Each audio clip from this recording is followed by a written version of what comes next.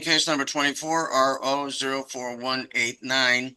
This is people of the City of Royal Oak versus Anthony Winston Mathis. Mr. Mathis, are you available? Yep. Good morning. Grand Rising. You are Anthony Winston Mathis? No, I'm Anthony Mathis, the living man, here in special appearance for Anthony Winston Mathis, also acting in my proper capacity of the trustee of the trust. Very well, Mr. Mathis. Today's the date and time for your informal hearing. The citation before the court, Mr. Mathis, indicates that on May the 24th of this year at approximately 9 p.m., you are operating a 2024 Ford Edge, black in color, on 11 Mile Road, near Washington, in the City of Royal Oak. And at that place and time, you committed the civil infraction of impeding traffic. Impeding traffic, sir, is considered a lesser included offense within nearly any moving violation. And Officer Moran indicates in his detailed note that your vehicle was on East 11 Mile Road at Washington and disobeyed the traffic signal. The officer had a green arrow and therefore driver had a red light. Mr. Mathis, you have three options and three options only, sir, in the protection of your own rights. You may, sir, admit responsibility in this matter. The court will attach the scheduled fine and that will close the case. Or, Mr. Mathis, you may admit responsibility with an explanation that you believe mitigates these circumstances, or you have every right to deny responsibility and the court will swear the parties and will take testimony. What would you like the court to do for you today? Well, I have a few questions, if you don't mind. The court does mind. You need to make a plea. I am required by No, law. I don't plead to anybody. I only plead to the Most High. Who are you? I am Magistrate William Urick, P43273. I am a sworn judicial officer of this district. We are here for your informal hearing that you requested. This court is required by law, procedure, and court rule to take a plea. The motorist requesting this informal hearing, that being you, must make such a plea. You may admit responsibility in this matter. I don't plead to anybody but God. You may admit with an explanation, or you may deny responsibility, and the court will swear the parties and will take proofs. What would you have the court do for you today? I don't plead to anybody. Very well. Officer Moran and Mr. Mathis, please raise your right hands. I do have a question. Do you solemnly swear the testimony you shall give before this court shall be the truth, so help you God? I do. Thank you very much. Please proceed. Magistrate, on May 24, 2024, at approximately 9 p.m., I, Officer Moran, was in the area of East 11 Mile in Washington when I observed 2024 Ford Edge, black in color, with Michigan plate Edward John Lincoln 6501. I was at the light at East 11 in Washington when I had the green arrow to turn. That vehicle then proceeded through the light. As I looked up at the traffic light, that light was red for that driver. Very well. And with respect to your selection of citation, you elected to simply issue a ticket for impeding traffic. Is that correct? I did, Magistrate, at that time. That's based on your discretion, your training, and your experience. It is. Thank you. You obviously have the right to rebuttal if you choose to use it, Officer Moran. Mr. Mathis, it is now your turn. What would you like the court to know, sir? So I have a question. Are you a judge? Mr. Mathis, the court has already indicated it is a sworn judicial officer. It is exercising its jurisdiction lawfully over you. So questioning the court's authority. You don't have any jurisdiction over me. I would argue you don't have any jurisdiction. Okay. Mr. Mathis, the officer has already testified as to the facts of the case. It is now your turn to testify. You can tell the court anything you wish the court to know, focusing solely on the events of the date in question. What would you like to tell the court? The plaintiff is the City of Royal Oak. Please bring the City of Royal Oak. Where's the City of Royal Oak?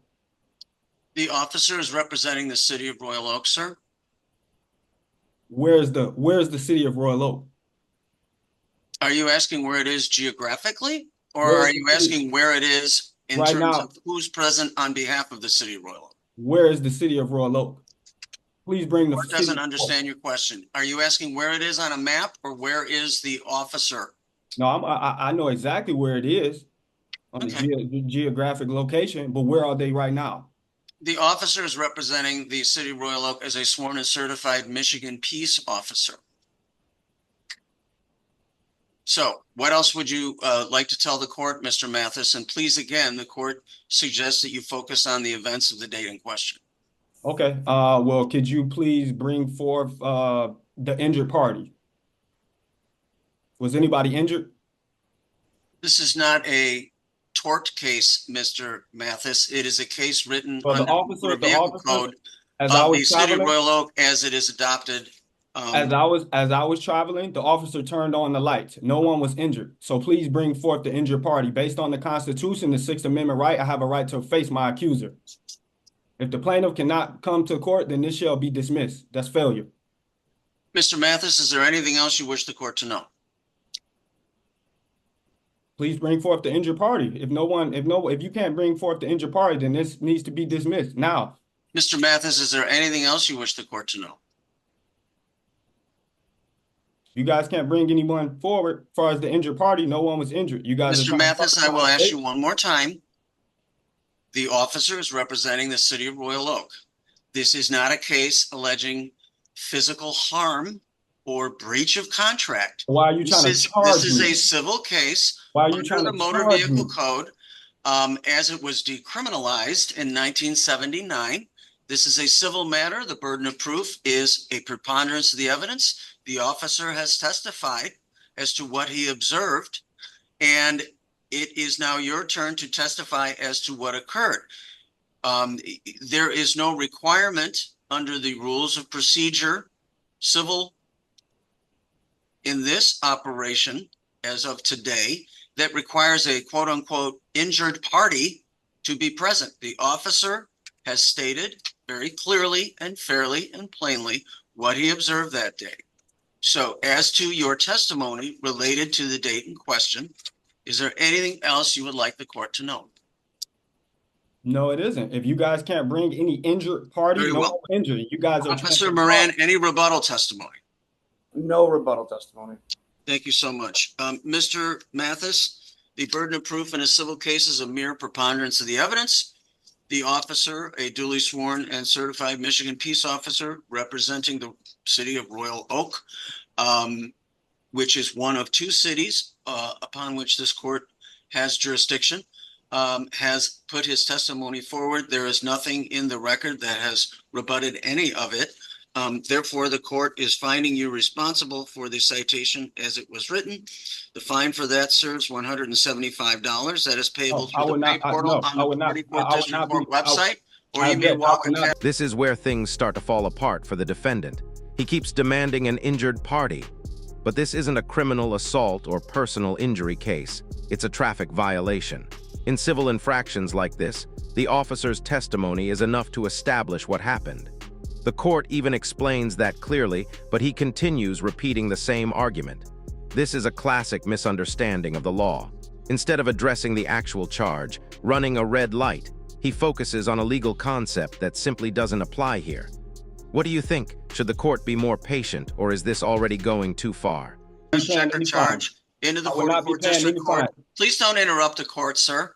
You may walk a cash checker charge into the 44th District Court at 400 East 11 Mile Road, Monday through Friday, between 8:30 and 4:30. That's due within 7 days, Mr. Mathis.